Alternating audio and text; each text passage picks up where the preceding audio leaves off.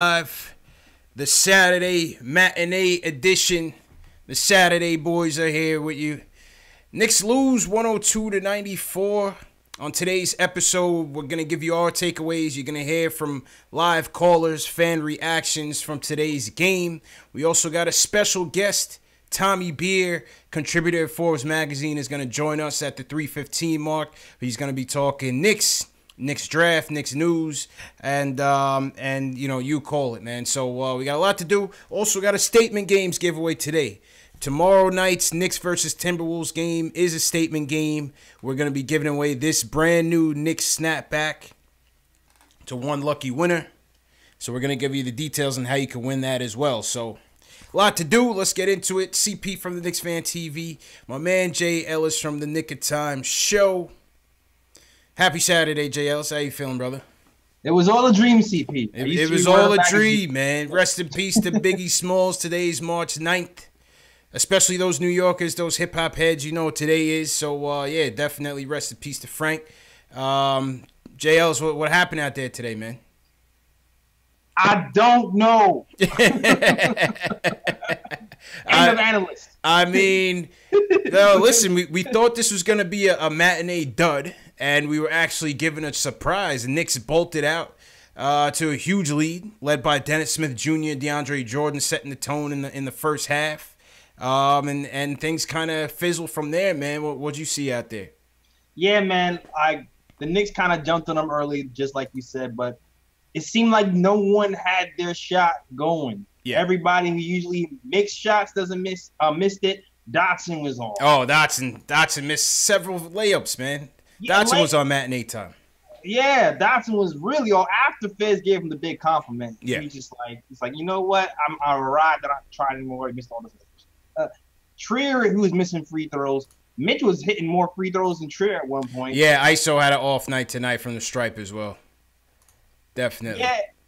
Yeah, I'm sorry. And then, we couldn't stop the Kings in the fast break. Mm-hmm.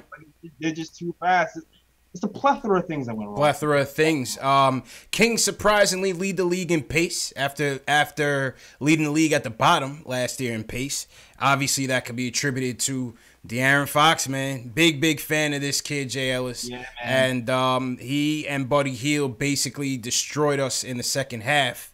27 points combined for them in the second. 30 points combined for them in the second half, and that pretty much did us in, man. Yeah, they knew their roles and they played it well. Fox just kept pushing the pace and finding Buddy, and Buddy was atrocious the first half. Yeah.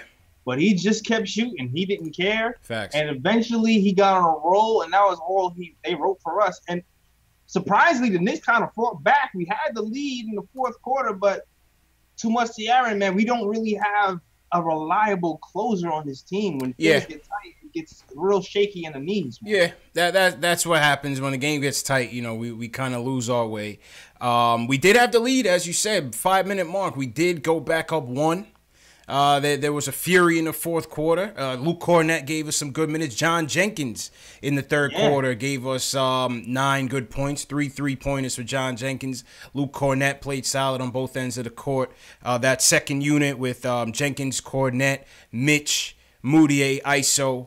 They gave us a lift, man, and got us the lead. I thought the turning point of the game was the DSJ technical foul, man. I didn't think it was a technical. I thought it was a cheap call. And, after that, De'Aaron Fox has basically sealed it. Yeah, like you said, DSJ. DSJ is a goon, man. He's a goon, man. I love his attitude, though, man. He's a goon. Congrats, Mitch. You got a friend. Yeah. DSJ is down a goon. I do feel like he did, even though I felt like the tech was too much, I did feel like DSJ went a little bit. You thought he instigated it? He got shoved in the back. Did I miss the replay? It didn't look as bad when I saw the replay. I don't know. I thought it was a cheap shot, and I don't mind DSJ solidifying the tank with getting extra aggressive with these guys, man. Needless to say, I don't think he should have got a tech for that. Yeah, anyway. I don't think so either, man. That was a cheap tech. It was very cheap tech. I don't know. Yeah, those type of refs.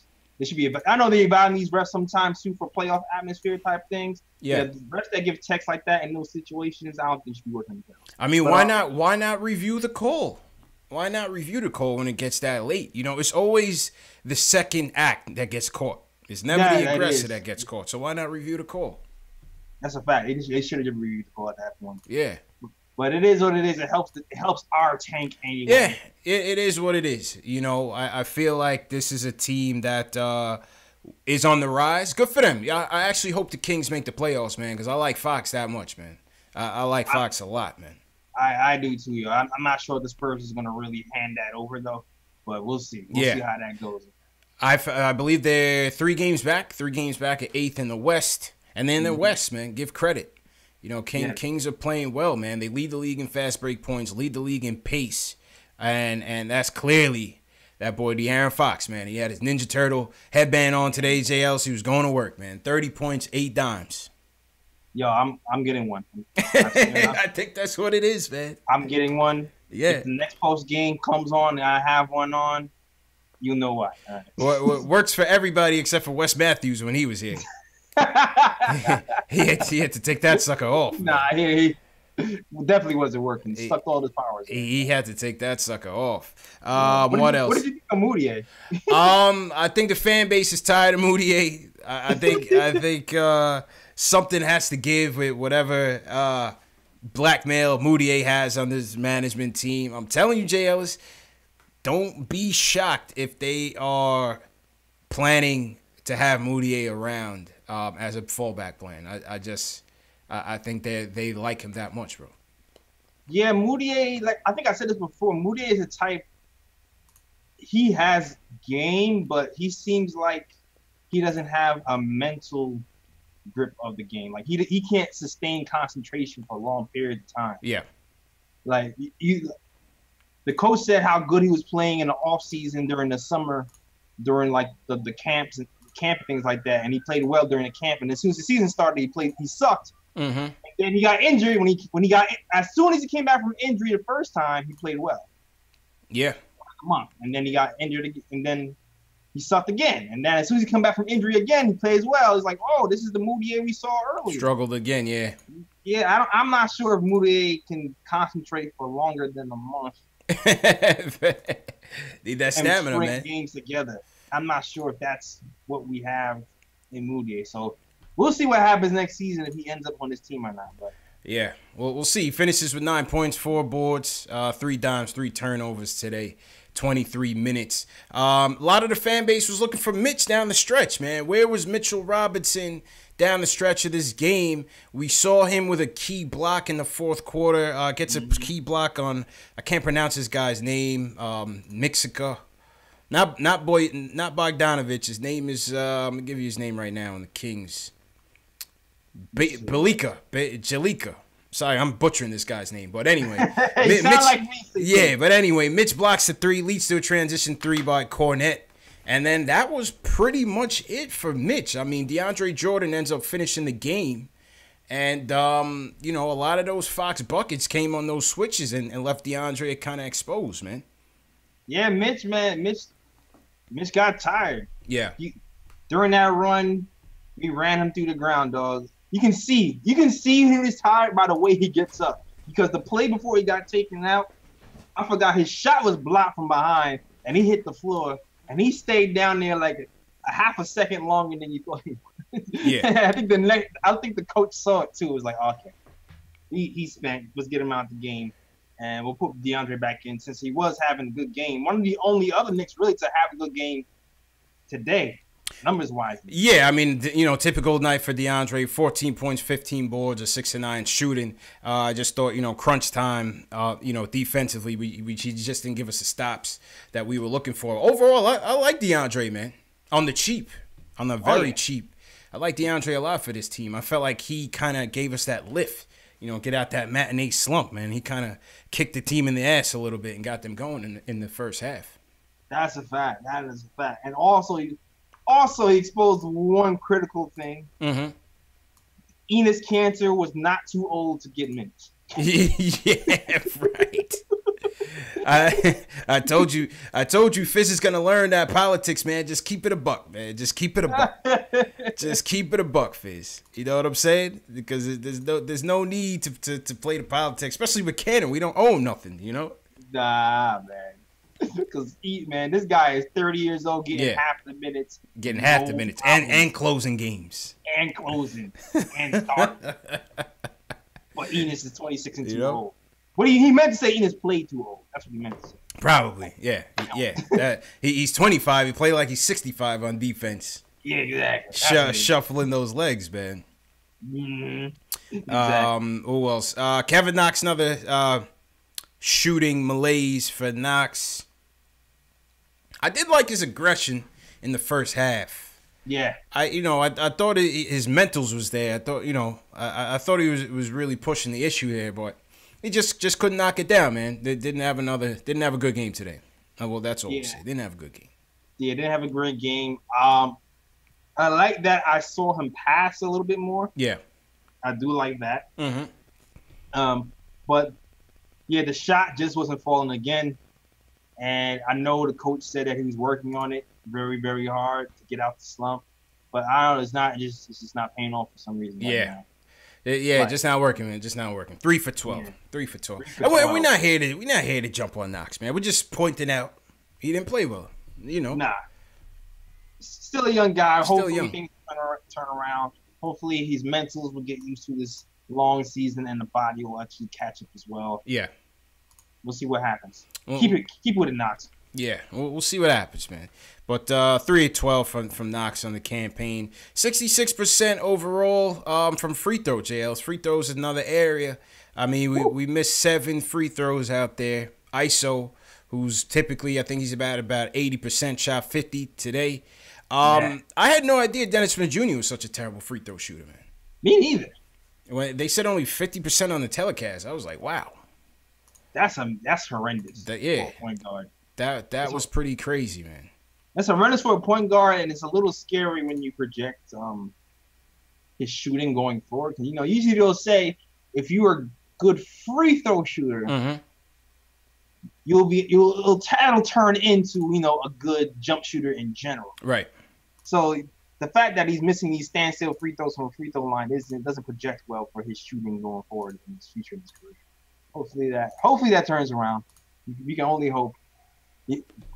We'll see what happens in the summer. Yeah, I had no idea he was that bad. But DSJ finishes with 18 points, 5 dimes, and 5 boards on the night. 1 turnover, 7 of 19 shooting. So his efficiency is what we're watching, JLs. His efficiency is what we're watching to see if he can improve on that. Definitely. Yeah, you want to see that 3-point.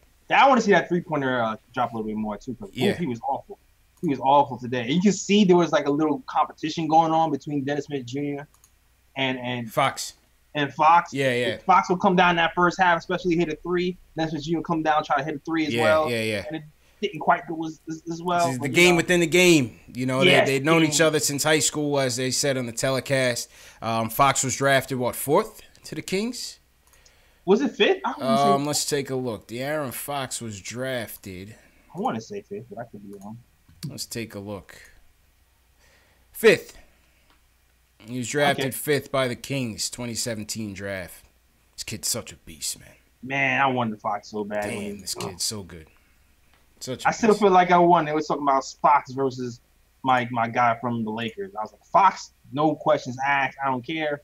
Fox. Fox Alonzo. Forget about it. Give me De'Aaron Fox all day over Lonzo. Yeah, me and my boy was arguing about Fox versus Lonzo from that long. Yeah, forget about that. Give me Fox all day over Lonzo. It's not even close if you ask me. Word. Not even close, man. Let's take it to the phones. Shout out everybody in the chat, in the YouTube chat. This is Post Game Live Saturday edition.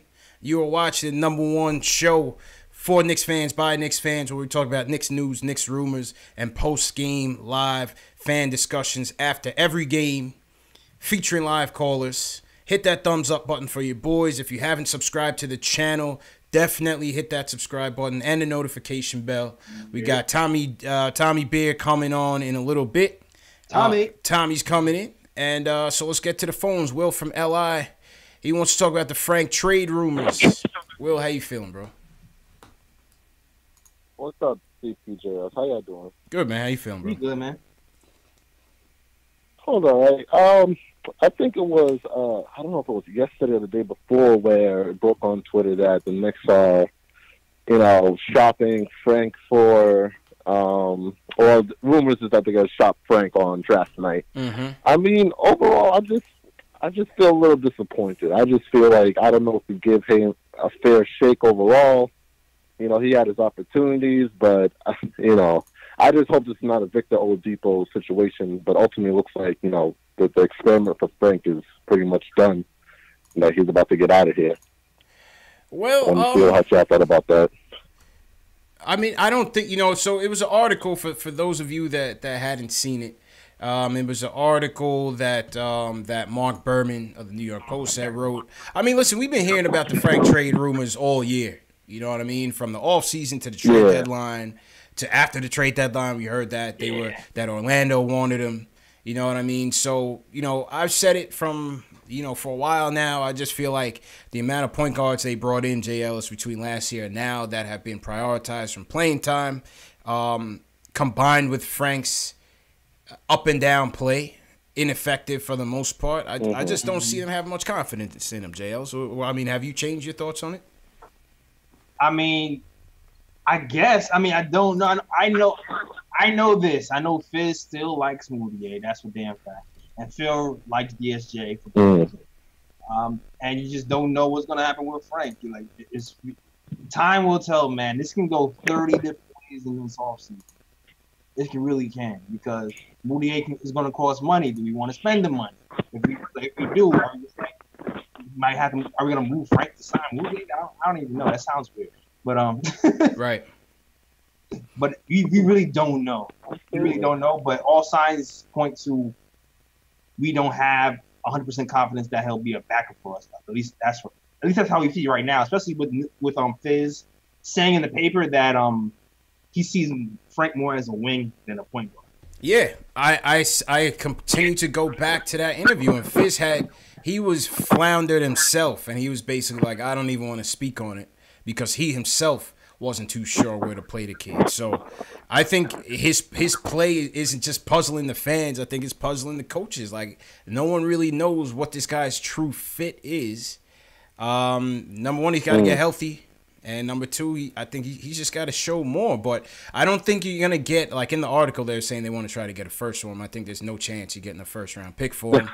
So you might as well keep him. Just keep him and see if you could actually, get some solid role-playing, 7th, 8th guy off the bench type of minutes for him, JLs. That's where I'm at right now with Frank. I'm at with that. At least the G. Absolutely. Yeah. Something. He's not going to get enough burn this season. He's injured still. Yeah, they're talking about he's revving up his workouts and stuff. Like, you're gonna rev up now. We only got like 5 games left, right? Yeah, absolutely. Yeah, man. And then the other thing I wanted to talk about was that looking at the lineups today, and we saw Moutier with DFJ. I don't know if DSJ can play alongside another point guard. Just seeing that just looked awkward on the field. So, I mean, I don't know. It looks like because of this relationship with Moutier that they would rather keep Moutier as a backup one if they did get a Kyrie versus, putting DSJ on the back burner and having him come off the bench. Because I just don't know if DSJ would want to do that. Also, I don't know if I just don't see it working. That's what I'm afraid of. Ultimately. What do you guys think about that? Yeah, go ahead, Jay. Legitimate concerns. Because ultimately, the reason why DSJ is here in the first place is because Luka is over there, and they tried to pair him with Luka, and it didn't work. The team scored, I think, average 10 points less or something like that when he was paired with Luka, and he's a guy who wants to run a team projectively. So yeah, I'm kind of with you in that thinking. I'm not sure if actually having him kind of play off ball or be pairing him with Moutier is going to work for multiple reasons. Yeah, I mean, I'm not sure either. You know what I mean? He's a ball dominant guard. Doesn't shoot that well or efficiently to play off ball with a guy like Moutier. Time will tell, though. I think it's still early. I like DSJ as a plan C fallback option if we're just gonna go the youth route and keep developing. But I think that also depends on where we go in the draft, what position we end up picking in the draft. Is Ja Morant, who's having an outstanding year in college. I mean, would we still consider him? That's one of the things I'm gonna ask Tommy Beer when he comes on. Yeah, it's fun because Ja still has he's like. I mean, I know that the passing is better than DSJ, but his defense is worse. And the shooting is not there either. So, it's not. I don't know if it's gonna be that much of a difference, in my opinion. But that's just my opinion. I want to hear what Tommy has to say. Okay. All right, cool. I'm looking forward to that. It just seems like there's three options. It's either the dream situation works, we get Kyrie. Doesn't work out, we fall on DSJ, or if we think that Ja Morant has a better upside than him and we fall like third or fourth in the draft, we go with Ja. So, that's all I wanted to say. Keep it up, guys. Love the stuff. Also, I'm going to be there on the watch party this upcoming Friday. I'm going to try to get in on the statement games also. Love the work you guys do, and keep it up, man. Appreciate you, Will. Thanks for calling in, as always, man. Thanks a lot, bro. All righty. Take care, y'all. All right. That was, I think that was Will from LI. I think I might have hung up on somebody else by accident. If you're watching and you're listening and you just dropped off the call back in. That was my fault. Yeah, J. Ellis, how do Ja Morant he's having an impressive campaign out there at the college level. Tonight he will be playing in the Ohio Valley Championship, his conference championship. As Murray State is trying to get to the big dance, March Madness. Please win this, please. Yeah, man, that'd be interesting to see. You got Duke and UNC tonight. Once again, no Zion, or as we hear, no Zion, but you do have Cam and RJ. And then you also have, I believe Jared Culver is also playing tonight as well. So, and he's somebody who is considered to be on the rise. So. That's a game to watch. That's a game to watch, man. That is a game to watch. But, Ja Morant led Murray State over Jacksonville State down the stretch, quarter and one, and won the game for his guys. So he's a leader. Yeah. He's a leader. He is a leader. I have to see. Yeah, I want to see what his interviews and his energy is like, too. Yeah. Because I don't know, like when I saw Fox for the first time, he just oozed leadership. Like when he talked, I felt it. Yeah. You know what I'm saying? I was big time Fox, man. Big time. Yeah. Big time Fox. I already knew he was going to be doing this. Yeah. Morant, we'll see. Yeah. All right, let's go to Jersey, JL. It's John from Jersey. Wants to talk about Zion and free agency. John, how you feeling, bro? Hey, what's going on, CP and JL? Hey, how you feeling, man?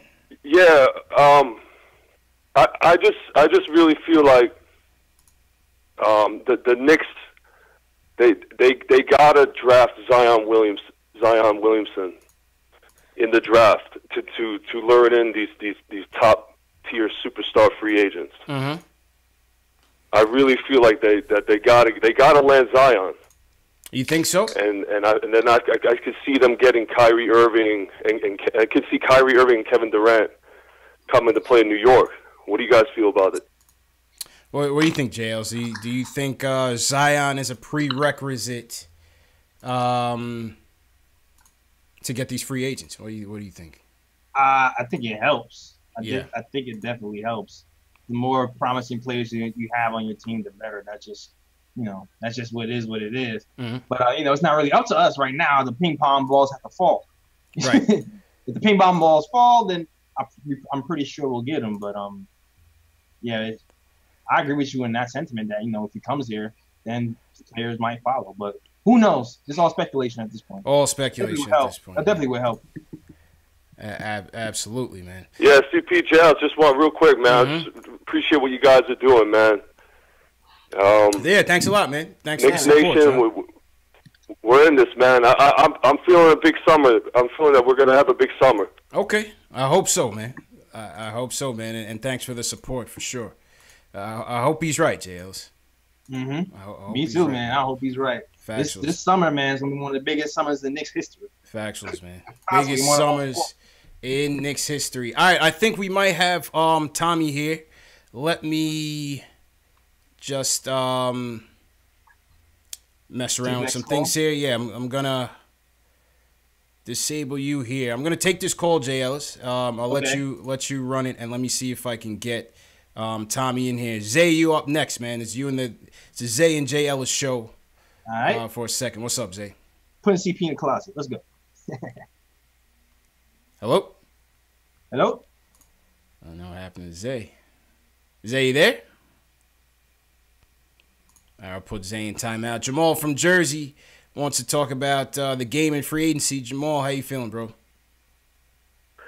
What's up, CP and JLS? How y'all doing today? Good, man. All right.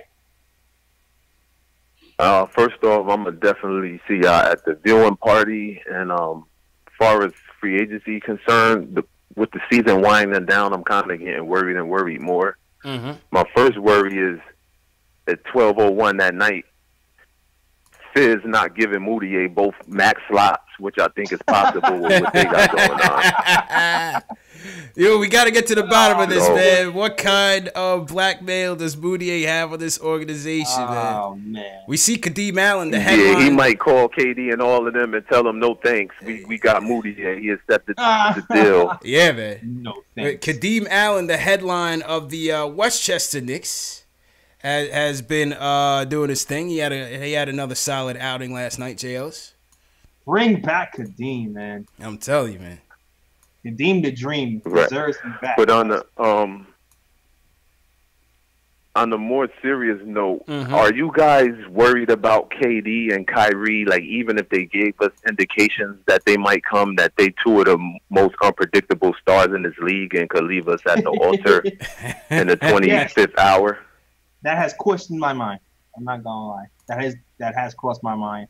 Both of these guys are so kind of fickle. The wind blows left, they want to go right, and you just really don't know what's gonna go with. You really just don't know. Yeah, you really just don't know. I would hope that KD. I mean, oh, there we go. Hey. Yep. Go ahead. Finish your point, JL, and we'll bring Tommy in. I was like, I know like people want KD and Kyrie, but I would really like, I would like KD as well. But I'm like, I'm hoping maybe I'm leaning towards maybe a Kemba will be a work, or a wing. Okay.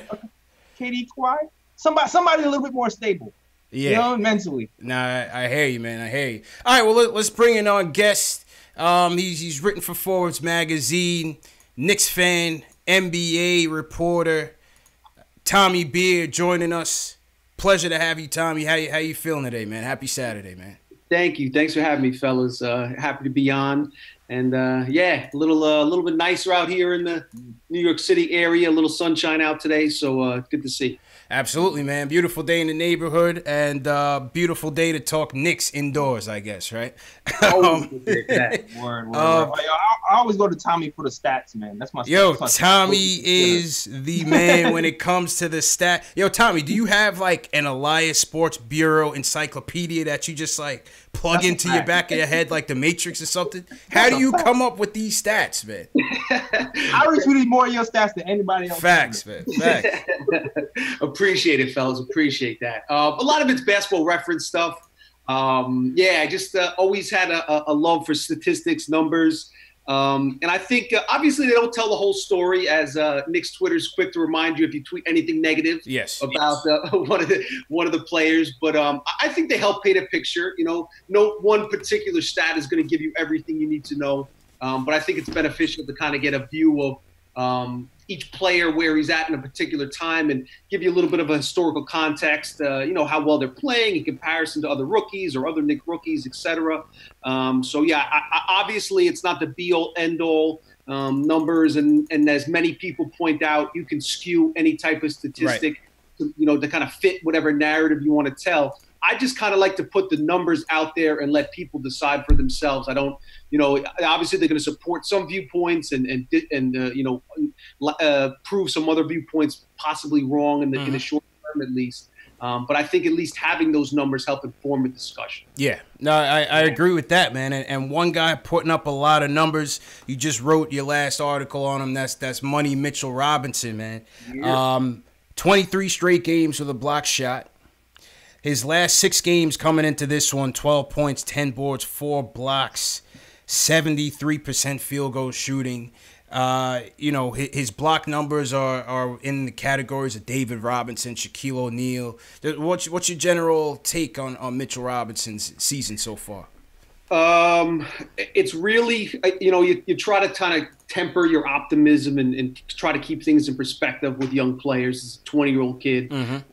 As we know, didn't play a second of organized basketball last season, but he's really playing at a ridiculously high level right now. When you factor in his limited playing time, you know, I was just before I hopped on here, I was looking at the numbers over the next last 7 games. Of course you were. His per 36 minutes are insane. 16.3 points, 14.7 rebounds, 5.3 blocks per 36. All right, that's good. Obviously, we know that that's crazy. The block rate is ridiculous, yada, yada, yada. Mm-hmm. For me, what may be the most impressive number for Mitch Robinson post All-Star break, this dude is shooting 80% from the free throw line. Wow. So he's making 70% of his field goals on the season, and he's shooting 80% from the free throw. I mean, you just don't see that type of efficiency. There's only been 2 players in NBA history that have shot 70% from the floor for a season. That's Wilt Chamberlain and DeAndre Jordan. Damn. Both of that those is crazy, man. Jordan shot below 50% from the free throw line in all 3 of those years, in the 40s and in the 30s one time, and Wilt was like 51% or something from the free throw line.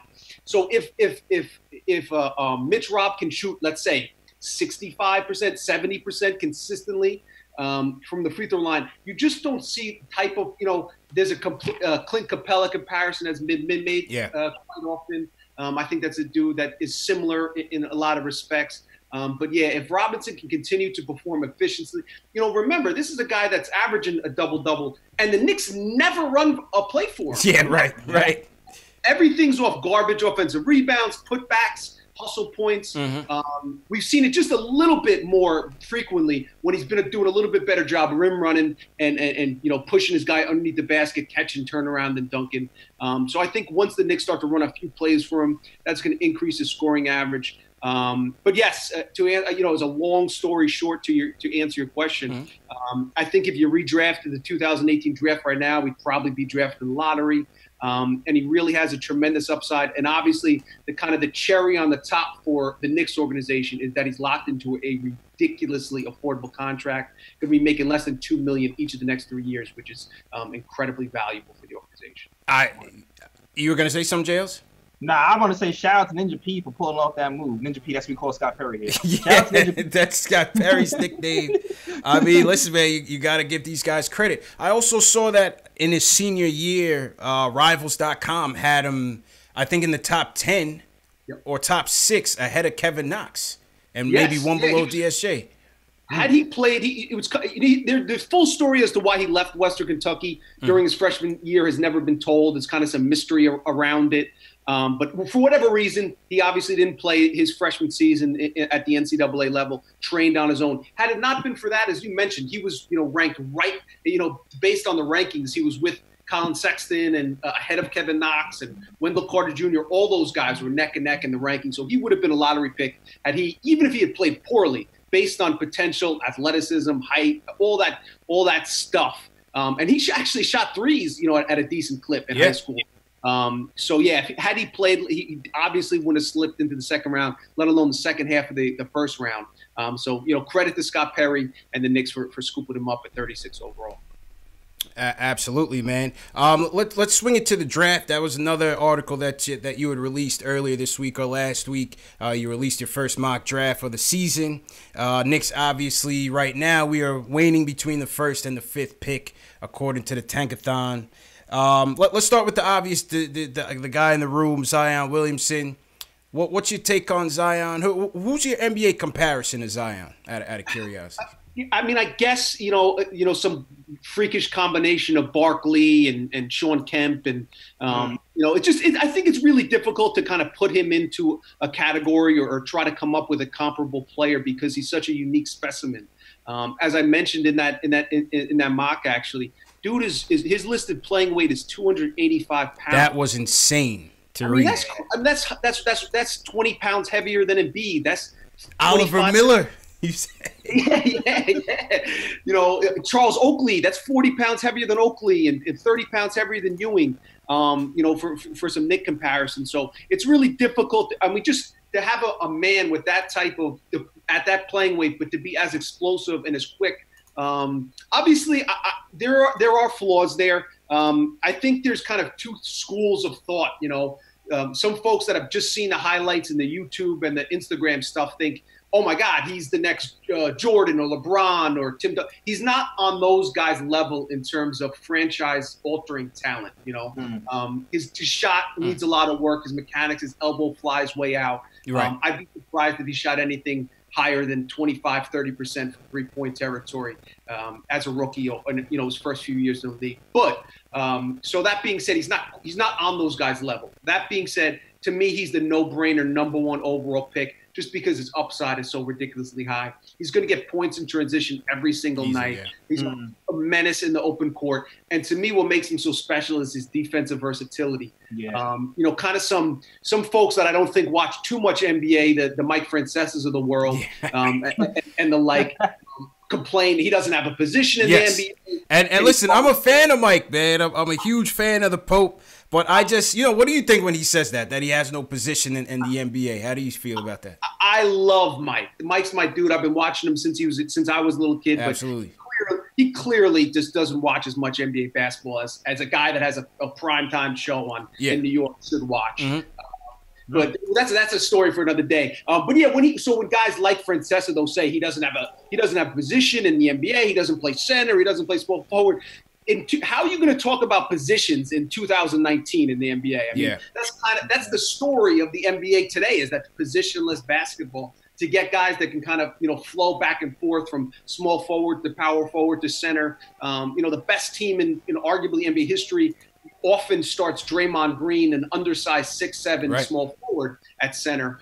So when you get a guy like Zion Williamson that has the strength and the bulk to box out and, you know, defend the paint down low, but also switch 1-5 pick and rolls and stay in front of quick perimeter players out on the top of the key. That's a really, really valuable player.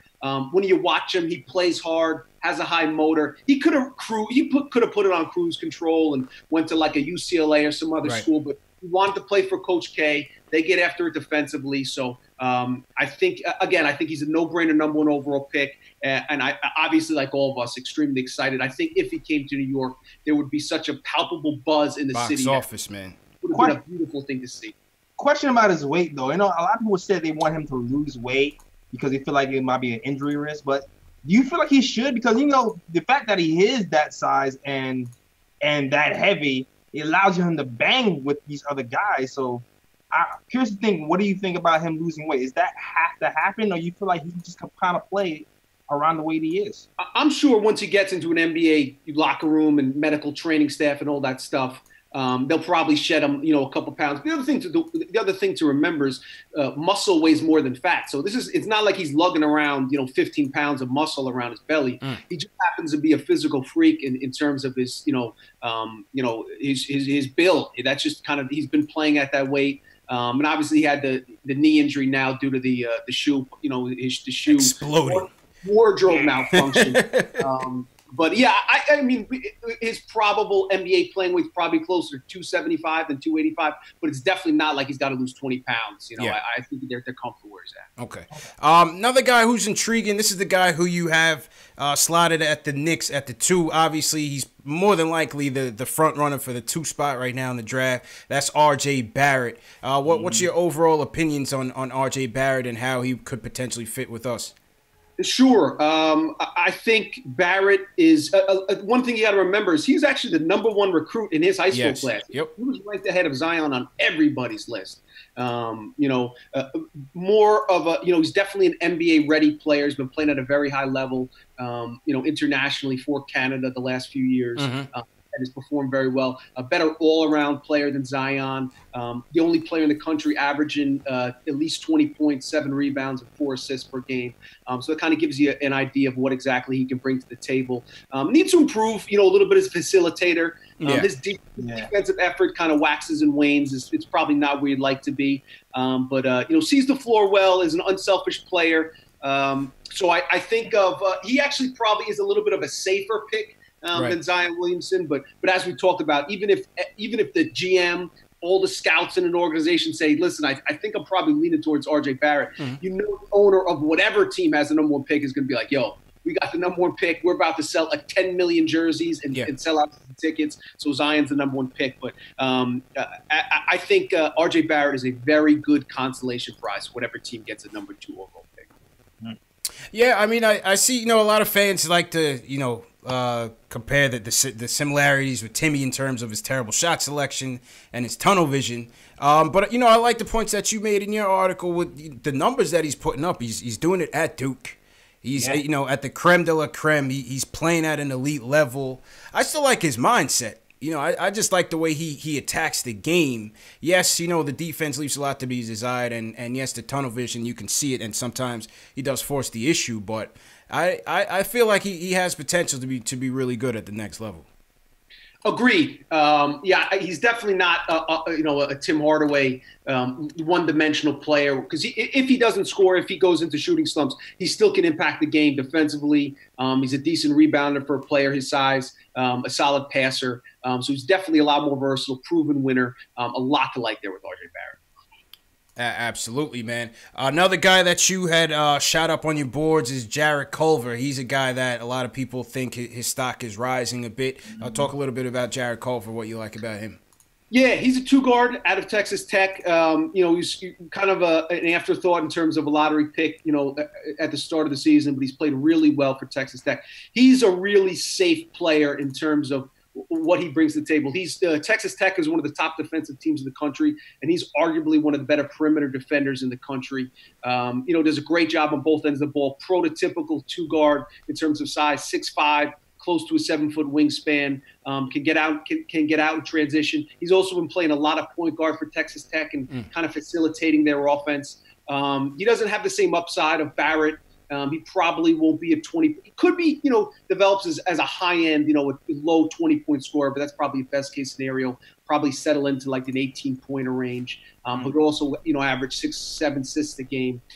So and also, you know, just as important, is the best is a better defender than Barrett according to most scouts. So I think he's probably in the 4 to 5 range. Ja Morant. You know, the reason I had Culver going 3 in my mock was if the Cavs fall to 3, it'll be very interesting to see what they do, considering they drafted Colin Sexton at 8 last year. Yeah. So I think Culver is. I personally would take Culver ahead of Cam Reddish at this point. So I have him 4, you know, on my big board, so to speak, with Ja Morant number 3. Okay. Go ahead, JL. You had something? No, I was just saying, is it the Cam Reddish's shooting that's kind of tilting you towards Culver? Yeah, I just the more I watch a Reddish, I mean, listen, you look at him on paper, he's everything you want in an NBA wing. 6'9", great length. You know, you look at his highlights, can put the ball on the floor. You know, just, you know, grabbing a defensive rebound, pushing all the way up the court, Euro step, N1, strong around the basket. But his shooting percentages, you don't want to put too much stock in. You know, it's a limited sample size, you know, 25 games or so on his freshman season. But they're just very worrisome. You know, he scored in double digits, I think, 4 of the last 8 games.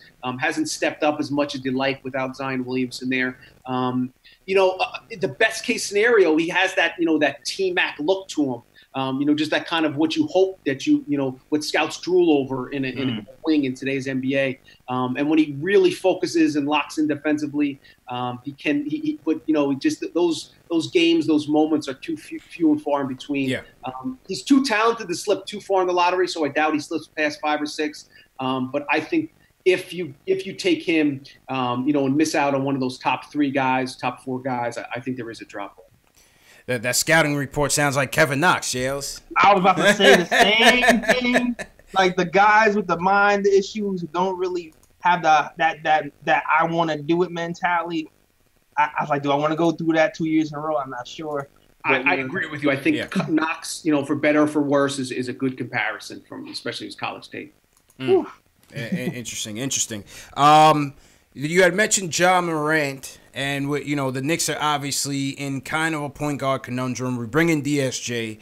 We don't know where they stand with Moutier. They keep, you know, Frank is always popping up in the trade rumors. You have the Kyrie stuff. Kemba a little bit less so. But in the draft, you have namely John Morant and to a lesser degree Darius Garland.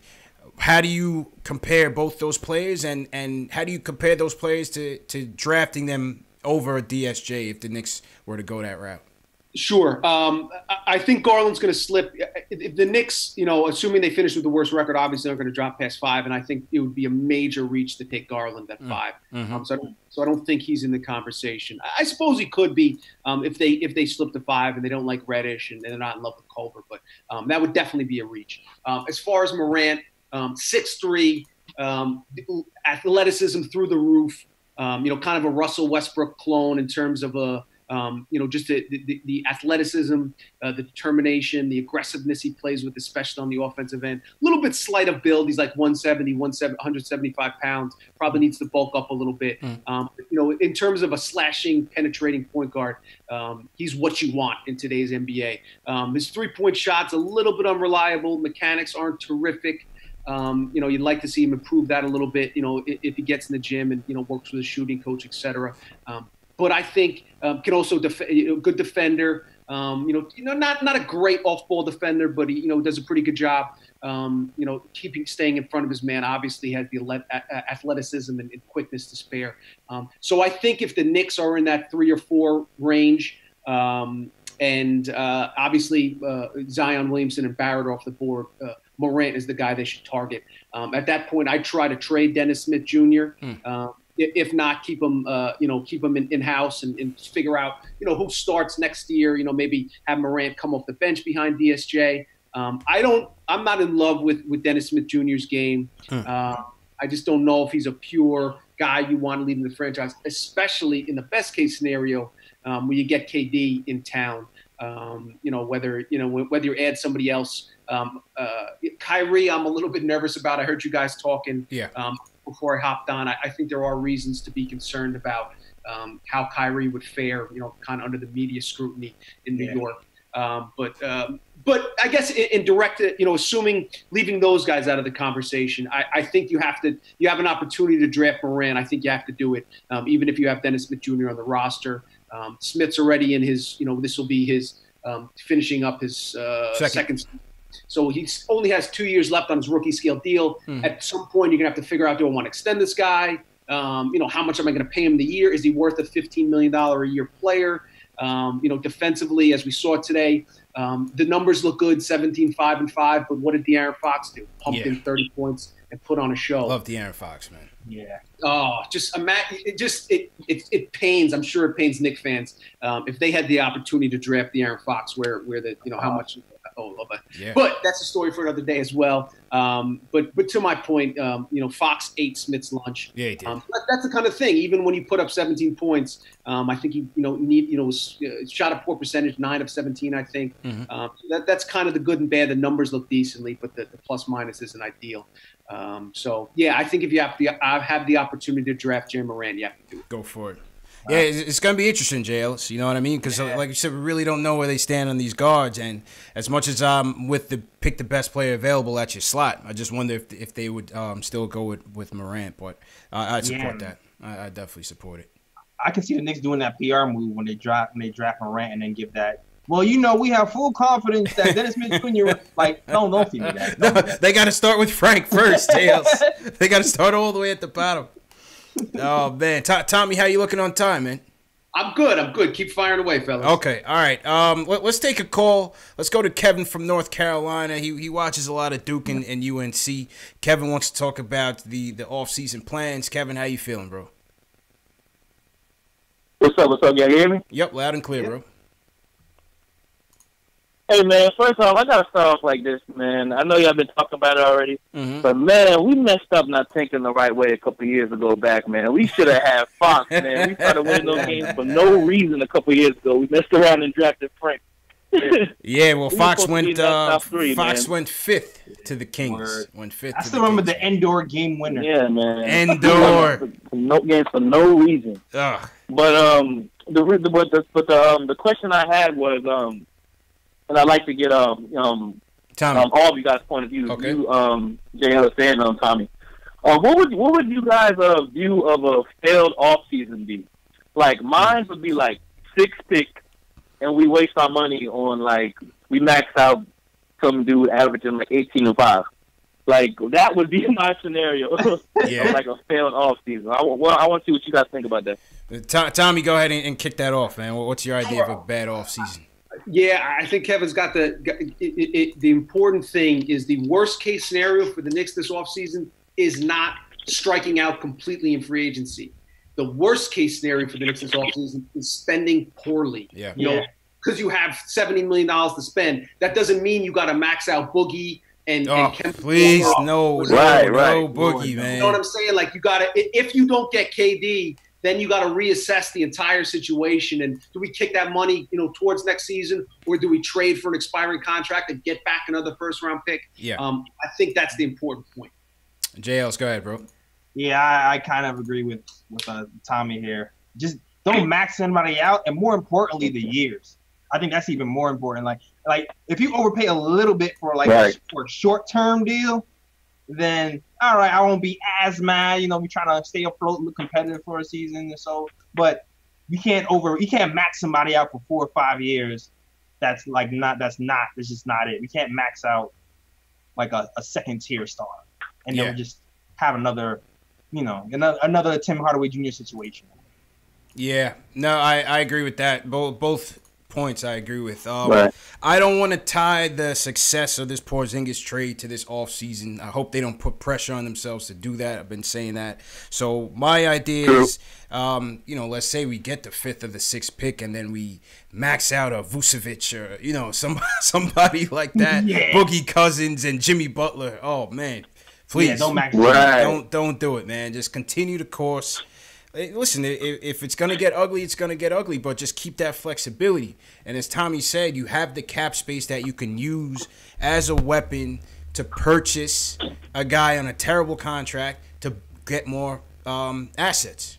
That's the thing. If we're going to be building slowly, we got to also be thinking of bringing in more assets and building the fortress. Right. Also consider how good the Knicks are. And also, my last question for Tommy, and you can end the call after this. But I want to see what he thinks about it. If we fall out the top 3, what do you think about trading back and trying to get some assets? And appreciate the call. Yep. Thanks, Kev. Good question. I think that would actually make a lot of sense. Obviously, it's dependent on how the scouts feel about Reddish and Culver and the rest of those guys near the top. But I think that would make a lot of sense, depending if you have somebody that wants to jump up and a player that they like. The issue is, and it always sounds good, in theory, in order for you to jump backwards, that requires another team wanting to move up. Right. Whereas if there's a drop off, from tier 1 to tier 2 and a big drop off after tier 3, it's typically unlikely that another team's willing to trade up. But I agree with you that it would definitely make a lot of sense to at least explore every opportunity to see if that's a possibility. Yeah. I mean, well, you got Atlanta sitting there with potentially 2 first-rounders. Yeah. The Celtics will have 3 first-rounders. How do you not run out of first-rounders? It's Danny Ainge, man. That's Danny Ainge, the riverboat gambler, man. I'm telling you. That guy has been the executive of the decade, man. Give him credit. Definitely give him credit. Tommy, just keep me posted on the time. Ernesto from the chat says, if the Knicks end up with the 5th pick, who would you draft, and which combo of top free agents would you like to sign? I think if they drop to 5, again, I would assuming that Morant and the 2 guys are off the board. Culver would be the guy I'd lean towards. Again, I think Culver kind of fits in that nice. A lot of it. The thing about the NBA, the draft that kind of complicates matters a little bit is it's before free agency. Yep. I've been arguing like football. It has to go the other way around, man. Yeah. It has to be free agency first. Then once you strike out, then you could really draft for need. Exactly. So there's obviously a lot of uncertainty there. You assume that by the late June, the Knicks will have a good indication of what Durant's idea will be. Through obviously nothing official, but via backdoor channels. And to somebody's point, as I was listening before I hopped on, relying on Kevin Durant, because I think we could all agree that Mills and Perry and the Knicks front office have been given an indication that Durant is either likely to sign or heavily considering signing. But it's March 9th right now. Shout out to Biggie. And there's still 3 months. Even if Kevin Durant told them on June 30th at 11:59, hey guys, I'm signing with you. On July 1st at 12:01, he might change his mind. So there's just so much uncertainty there that it just makes it really hard to predict. Until he signs, you just don't know, JLs. Until he signs, you just don't know. Tommy, as a media guy, what do you think about? There's been so much talk about, Kyrie and Kevin Durant and their, I guess, displeasure with the media treatment about the rumors and stuff like that, and kind of the backlash and all that. What do you take on that as a fellow writer? What's your opinion on that backlash? Sure. And I think it's a good debate to have. It's worthy of a conversation. I'll start off by saying that a lot of the media, it's ridiculous how overly concerned they are with clickbait and dumb questions. Thank you. and stupid, innuendo and rumors and who let's overhear a guy's having a conversation in the hallway. That definitely means they're going to team right. So all that stuff is ridiculous. But I understand, the media parent companies it's very difficult to monetize on how to people's readership and newspapers form. So all that aside, I totally understand a player's perspective that it's a pain to deal with annoying, idiotic, immature media members. I totally get that. They have every right. That being said, they get paid a lot of money to do what they do. Yeah. And part of their contract includes, it's in the CBA, you have to either before shoot around or after shoot around, and after each game. You don't even have to do it before games now. It's just after each game. You have to avail yourself to the media for, I think it's like 8 minutes or whatever the case is. So let's say that's a half an hour a week. If you don't want to have to deal with that drama, I totally understand it. My church league team could use a fifth. Every Thursday night. You're gonna have to take a little bit of a pay cut, but we'll chip in $5 or $10 a piece, to bring Kyrie. So it's a fine line you walk there. You can't complain about the media because the media helps to, obviously their talents first and foremost, but the media helps to generate off-season conversation, rankings lists. We're talking about the Knicks right now on a nice afternoon on a Saturday because so many people have a vested interest in it. And that vested interest helps sell tickets. The ticket sales and jersey sales and clothing and hat sales all go into the big pot of money that pays these guys $20 million a year to play hoop. So if you take the money for hooping, you have to go with other stuff that goes with it, and that other stuff that goes with it is dealing with the annoying media.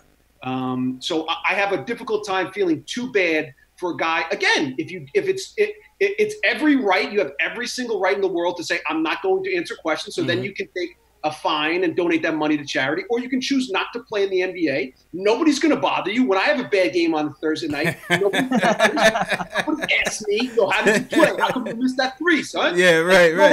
Cares, but I got to pay $5 a night to reserve court time as opposed to being paid $500,000 a game. That's the I think that the pros and the cons. Comes with the territory, JL. I'm looking for a place to ball. I haven't balled in a minute, Tom.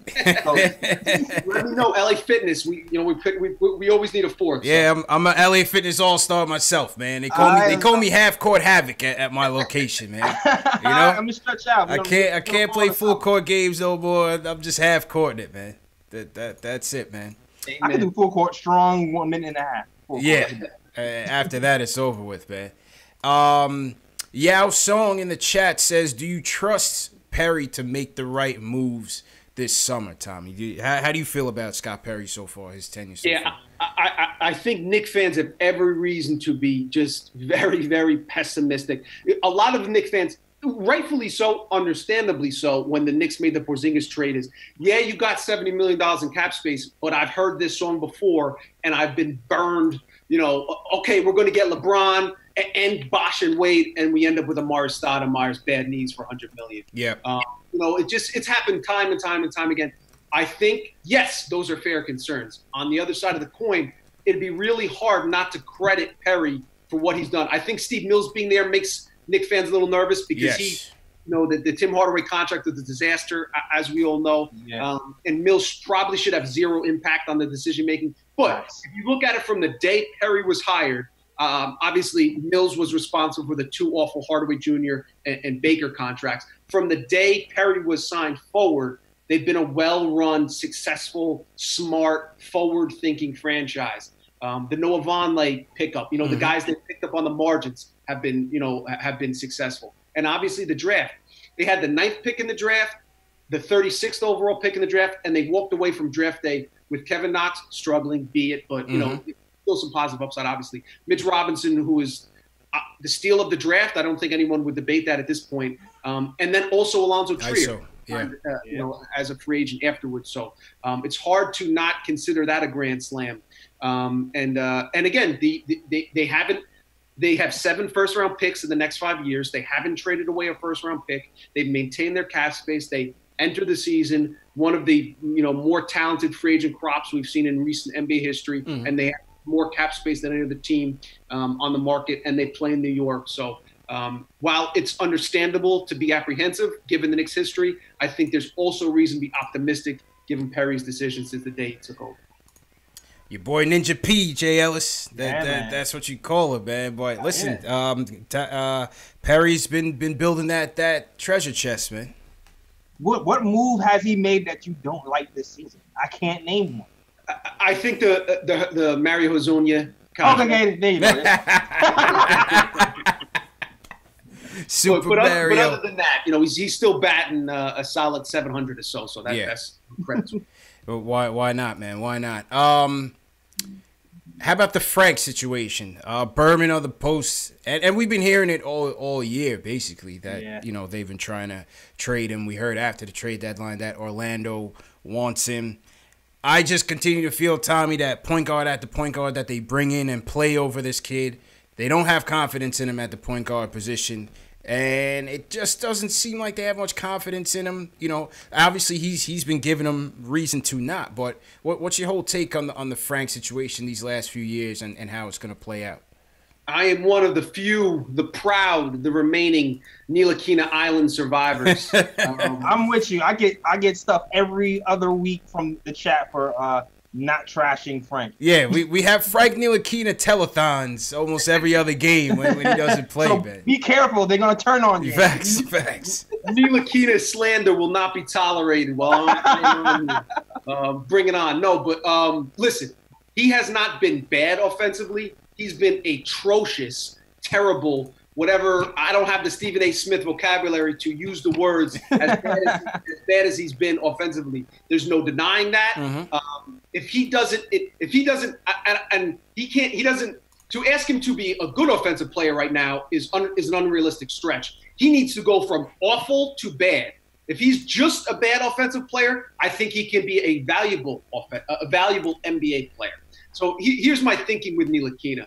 And I tweeted this earlier today because of Fox hit those 2 early threes in the first quarter. Smith went underneath the screens, didn't challenge, and Fox knocked down 2 of those first. He had 8 points like the first 2 minutes or whatever. Finished with 30, a career high.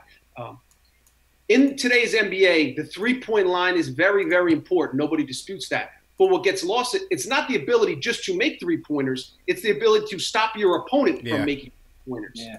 You know what I'm saying? So if you have a guy that's an elite perimeter defender, and as a rookie, as an 18-year-old rookie, Frank was an elite perimeter defender, not just a good perimeter defender. In terms of, you look at the synergy numbers, was second in the NBA in terms of on-the-ball defense on pick and rolls when the ball hitter as the primary defender. Only Drew Holiday was the only guy ahead of him. The analytics back it up, as the eye test does, that Frank was an elite perimeter defender. Now, again, part of this is he has to, if he can ever develop a league average 3-pointer, which personally I think he can. He shot 40% from 3-point range in the French Pro A League as a teenager. Shot the ball well. Was around like a 55% true shooting percentage in international competition against top competition was in France. Was terrible as a rookie, but if you look at his mechanics, there's no hitch, elbow alignment, everything you kind of want from a scouting perspective. it's there. Personally, I think his confidence is shot. He's never recovered. I don't think the coaching staff has done a good job supporting him and putting him in position to succeed. Part of that's on him. Part of that's on the coaching staff. But again, assuming he can be a decent, not good, a decent offensive player, a guy like that is very valuable. Especially, let's say, best case scenario, Knicks get KD, Zion, or Barrett, and another top tier free agent. Is that Kemba? Is that Kyrie? Is that Jimmy Butler for less than the max, hopefully? But KD says, I'm coming. I just need one more guy with me. Okay, if the Knicks have to overpay for Kyrie or whatever the case might be, they max out Kyrie. They do what they got to do. In that dream scenario, best case scenario, which isn't certainly it seems somewhat plausible.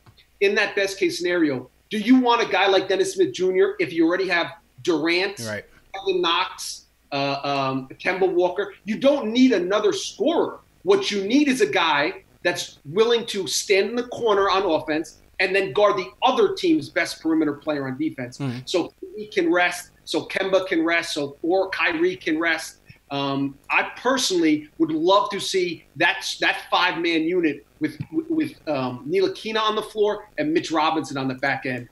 Therefore, you have a nice balance of offensive guys that can focus offensively. And then you have Ntilikina who can stand in the corner and hopefully knock down corner threes. I mean, Andre Robertson is a 35% free throw shooter. He just signed a $30 million contract with the Thunder. He's an important piece to their puzzle, and he was afraid to shoot free throws. Tony Allen was first-team All-Defensive player, but he was a valuable player in the NBA because it was a winning player in the NBA, even though he was a big-time net negative offensively. There's a spot in the NBA. The Knicks, in their best-case scenario, are going to need somebody that doesn't require the ball and that doesn't require a lot of money, and I think that kind of sets up well for Ntilikina going forward. I agree. I think to your point, once this team improves the talent, I've been saying this, I think you'll see the value of Frank. But Jay Ellis, it's no secret, his shot is way off. His confidence is definitely shot. Whether this coach or the secret sauce of Craig Robinson just hasn't been working. I just feel like we should just keep him because I don't see us getting anything of value for him. We're definitely not getting a first for him. So why not just keep him? You have him on the cheap. Keep him and just let the development play out. Your thoughts, Shales? Yeah, I'm kind of with you. You know where I am. I know it seems like the writing is on the wall because the way Fizz is kind of overlooking him a lot, and you figure that the front office might be trying to give Fizz the players that he wants. So it seems like the writing might be on the wall for Frank. But like I said before, we don't know what's going to happen in the offseason. Moutier might be moved. Who knows? But I really like Frank's long-term potential. Whether he's here or not, I agree with Tommy that the jump shot is going to fall. Before he even went down, he was shooting around 40% from three. And I think he took down to like 38. And he started shooting like that in the beginning of the season as well before his confidence went. So I do believe he was able to be a really, really consistent three-point threat. He just needs time and he needs that confidence, man. And I hope the Knicks are able to give it to him at some point. Yeah. I think it's important to point out, as you guys said, he's the type of player that looks good playing alongside good players. Right. Whereas Moutier and Dennis Smith Jr. to a certain extent look good playing alongside a bad team where they can get up their points and get up their shots. What Moutier does well and what he brings to the table, it kind of gets lost in the sauce when you're on a bad losing team that isn't surrounded by other quality. I tell you, man, this fan base is ready to run Moutier out of here. The first bus out on April 10th, Jay Ellis. Moutier has to be a goner. One last question if you have time, Tommy. One last one. Let's do it. All right. My guy, Alex Collins. Shout out my guy, Alex Collins. He checks in on this show every night from Ireland. Yeah, man. Live post-game. He wants to know your thoughts on Damian Dotson. What's your take on Dotson? And what's your role? What do you see? How do you see his role developing over time? First off, respect to all fans overseas. People staying up to 2, 3 in the morning to watch games. A lot of credit to those guys. I think Dotson is a good player. I don't know exactly what his upside is in terms. I think he can be a solid 7th, 8th guy in a rotation. brings a little bit to on both ends of the floor, is able to defend well on the perimeter, which is something you don't see a lot from the Knicks these days.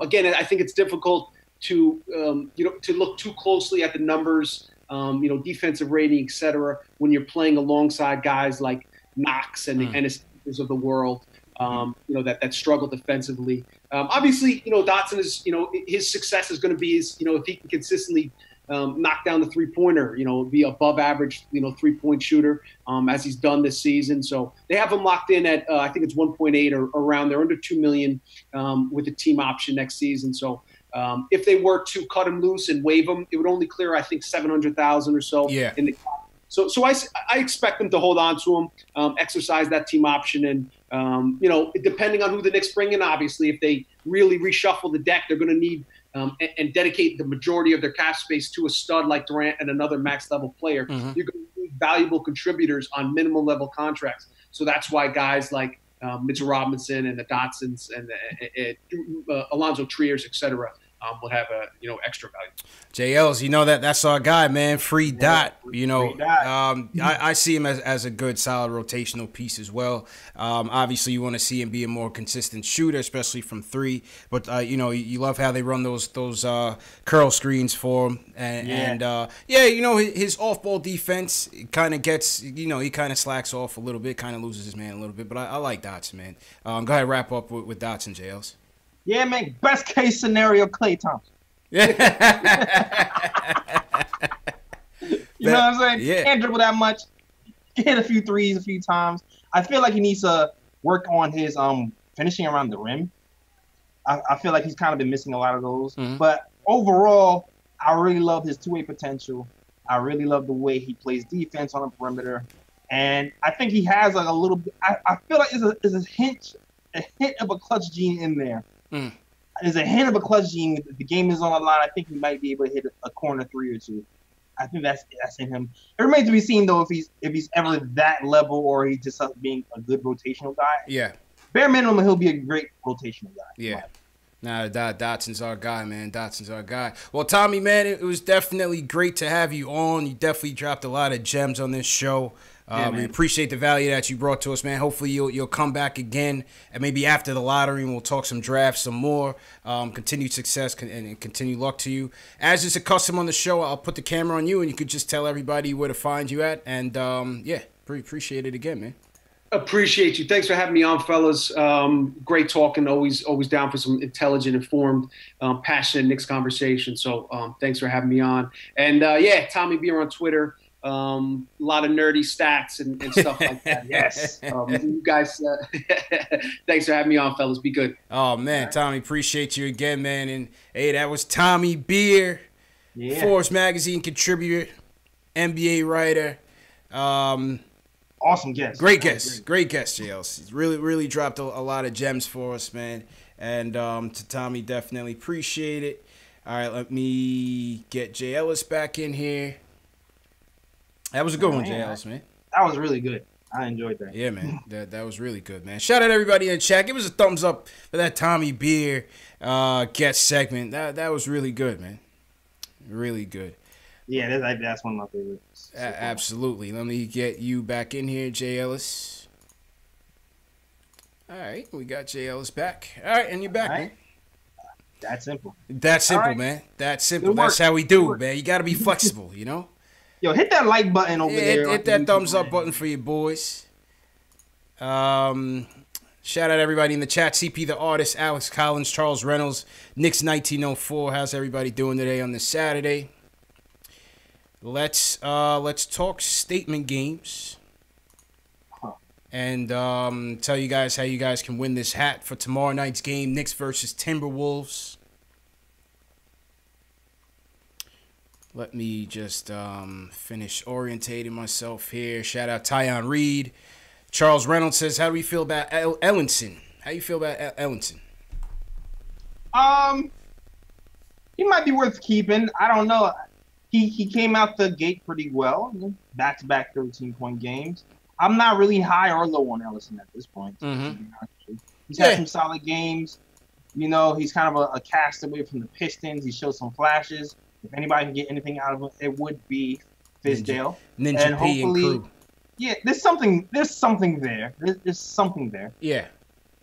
Yeah, I thought he had his moments. You know, nothing too crazy. Obviously, first couple games he started out hot. You know, a couple games now he's kind of tailed off. Defensively, leaves a lot to be desired, but he moves well, moves the ball well, dribbles the ball well. I think he's all right.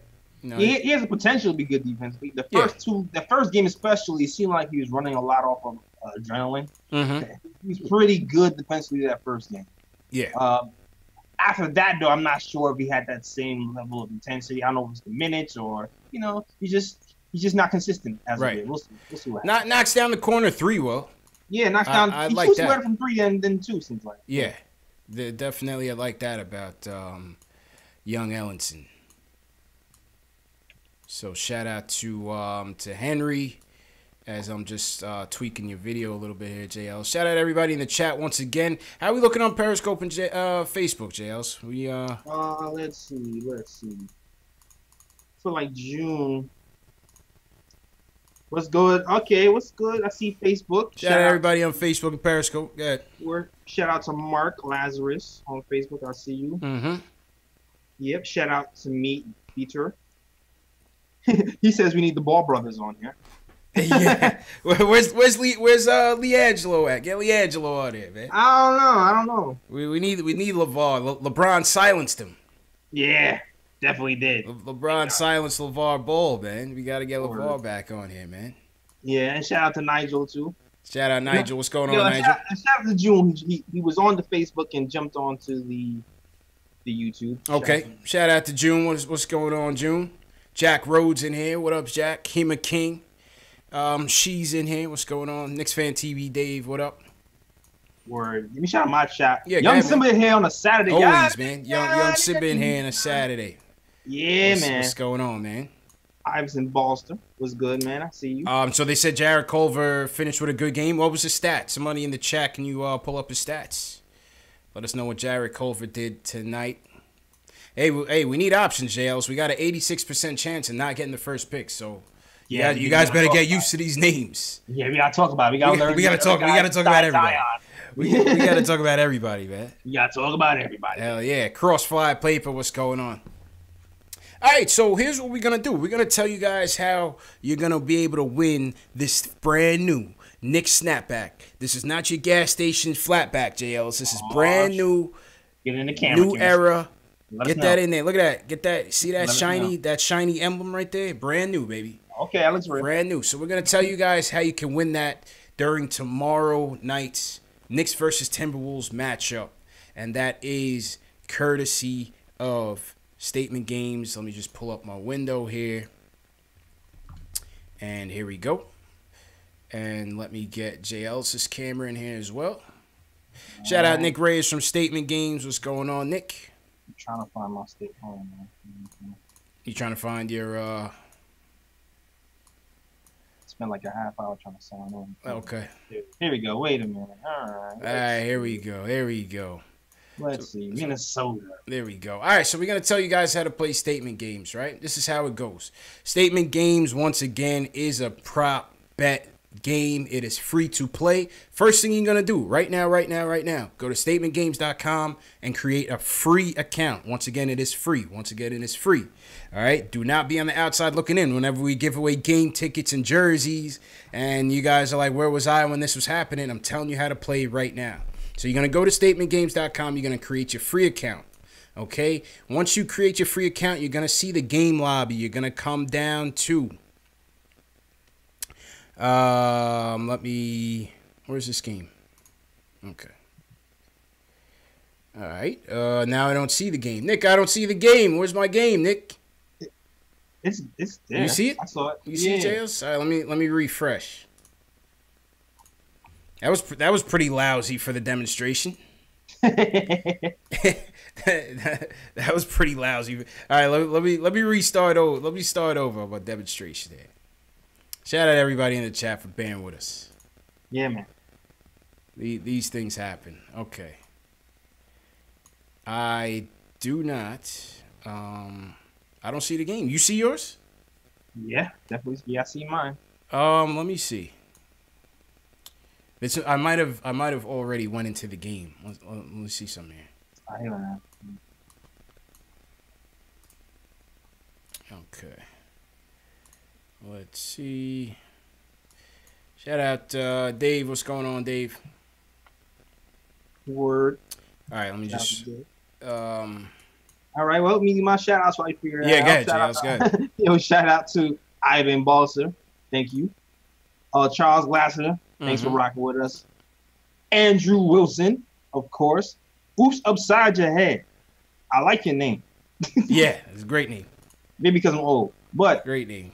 I remember Oops Upside Your Head from back in the day. Kevin Weiser, shout out to Kevin Weiser in the All chat. right. Shout out Kevin. Yeah. Blackjack. Hashtag new. For anybody who's in here who was new, if you want to be recognized, you want a shout out, give me that hashtag new. Yo, what up, Enzo? Yes, sir. I see you, man. CH. What up, bro? Enzo, what's going on? CH, what up? Ken Ricardo Custer was in early. Okay, shout out I don't know Ricardo. if you're still in here, Ricardo. Shout out Shout Ricardo. out to you as well as we get in these statement games together. Yeah, man. All right, so we're good to go. So basically, I found my game. All right, when you go into statement games, you're gonna see Knicks versus Minnesota Timberwolves contest prize by Knicks Fan TV for the hat. Okay, you're gonna click on that. You're gonna click on join. It's gonna take you to the confirmation page, which explains the contest and how many and the prizes that you can win. Once you click proceed, it's gonna take you into the game lobby where you can make your picks. What statement games is all about is prop bets. These are all predictions for the Knicks versus Minnesota Timberwolves game tomorrow night. And let me just slide JLS over a little bit. So these are all the predictions for the Knicks versus Timberwolves game tomorrow night.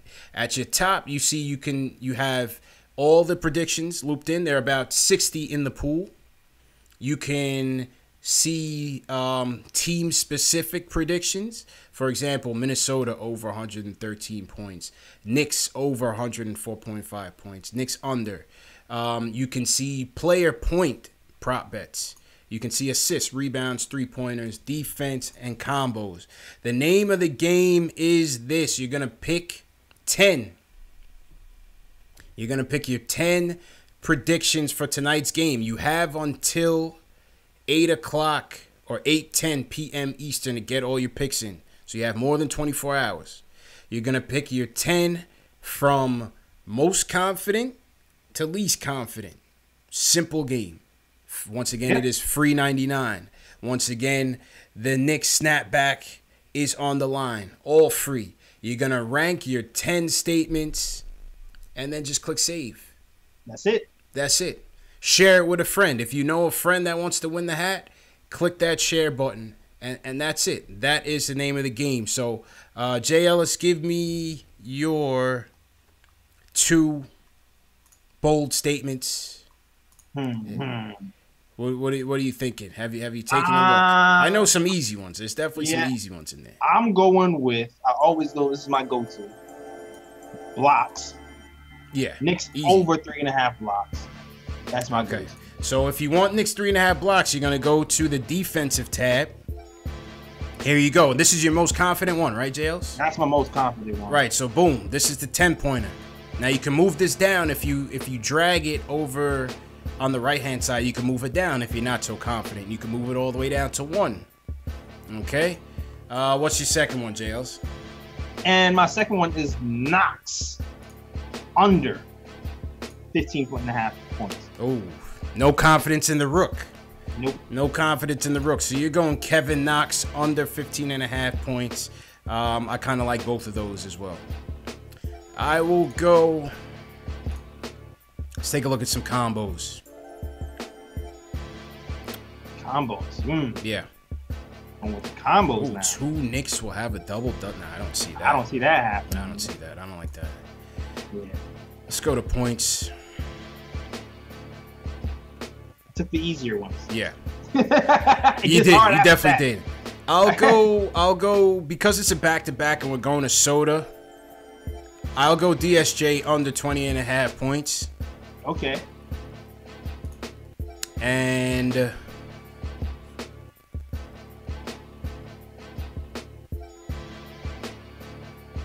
I'll go over 104 0.5 for the Knicks. Actually, no, I'm sorry. I'll go under. I'll go a little bit under. Yeah. I'll go a little bit under. Second night of a back-to-back in Soda. They scored 98 today. Yep. I believe they scored, or 92 today. So I'm gonna keep that trend. I'm gonna keep that trend. I think they come in with no legs, and that's right. yeah, and I think this one gets over early. So we filled it in from 10 to 7. All right. So let's just say, for argument's sake, we have a couple more that we like. Let's pick Minnesota under 8.5 threes. Let's go over 8.5 threes. A 3-point defense is terrible. Let's go Minnesota over 8.5 threes. Let's go Knicks under 10 threes. I like that. I'll also go under 33.5% from 3 for the Knicks. I will take under 7.5 steals for the Knicks. And I will take under 4.5 blocks for the Timberwolves. And I will go...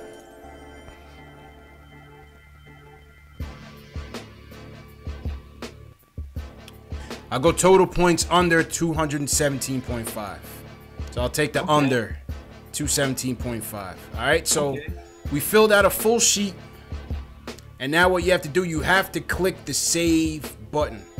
Make sure you click that save button. Very important. Yep. Okay? You can come back and change this as many times if you want until 8:10 p.m. tomorrow. So you have that. So I just click save.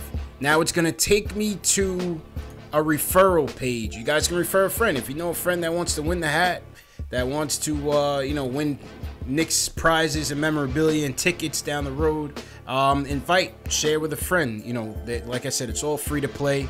If the friend plays, you will get more coins. 10 virtual coins are credited to your account. So there's incentive there for you. If you invite a friend and they play, you get 10 virtual coins.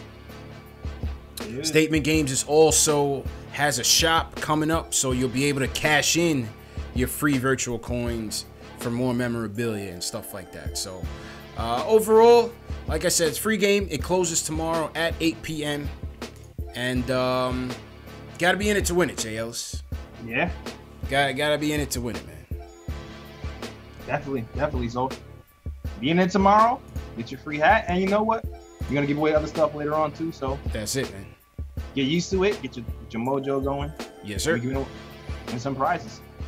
And some prizes, man. All right, let's finish it up. And if you guys in the chat want to call in, if you guys want to fill in the chat Q&A, you can certainly do so. We'll hang around for a little more, and then we'll get on with the Saturday, man. Shout out to everybody in the chat once again. Hit that thumbs up button for your boys. This is Knicks Post Game Live, #1 post game show on YouTube, on social media, for the fans, by the fans. CP from the Knicks Fan TV. My man Jay Ellis from the Nick of Time Show. If you were in here earlier, you heard Tommy Beer from Forbes Magazine drop some gems on the squad, on the off season, on the draft as well. So that was a good segment that we just had. We recapped the Knicks versus Kings game. Knicks Tommy killed it. Yeah, he was good, man. Very, very good, man. Very good. Yeah, love to have him on, man. Love to have him on. So Knicks fall to the Kings, and they fall to 40 games under 500. JLs. 40 games under 500. Yeesh. Yeesh. Well, what can you do, man? What yeah, man, it wasn't looking right. We got our asses handed to us, man. Yeah, absolutely, man. But it was expected. It was expected. Yeah. I didn't really expect it to win. Facts. Really, considering that man Fox is a demon over there, he carried his team to victory. Carried his team to victory, man. Carried his team to victory.